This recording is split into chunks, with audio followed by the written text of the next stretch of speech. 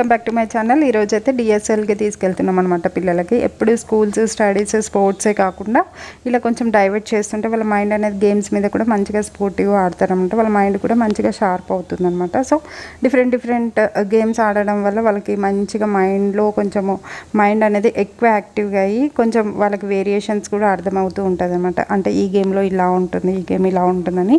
So మీరు కూడా చిన్న ఎబో అయినా 3 years ఎబో అయినా 1 year ఎబో అయిన పిల్లలు కూడా వస్తూ ఉంటారు. చాలా బాగా ఎంజాయ్ చేస్తుంటారు. పేరెంట్స్ కూడా చాలా బాగా ఇన్వాల్వ్మెంట్ ఇస్తూ ఉంటారు పిల్లలకి.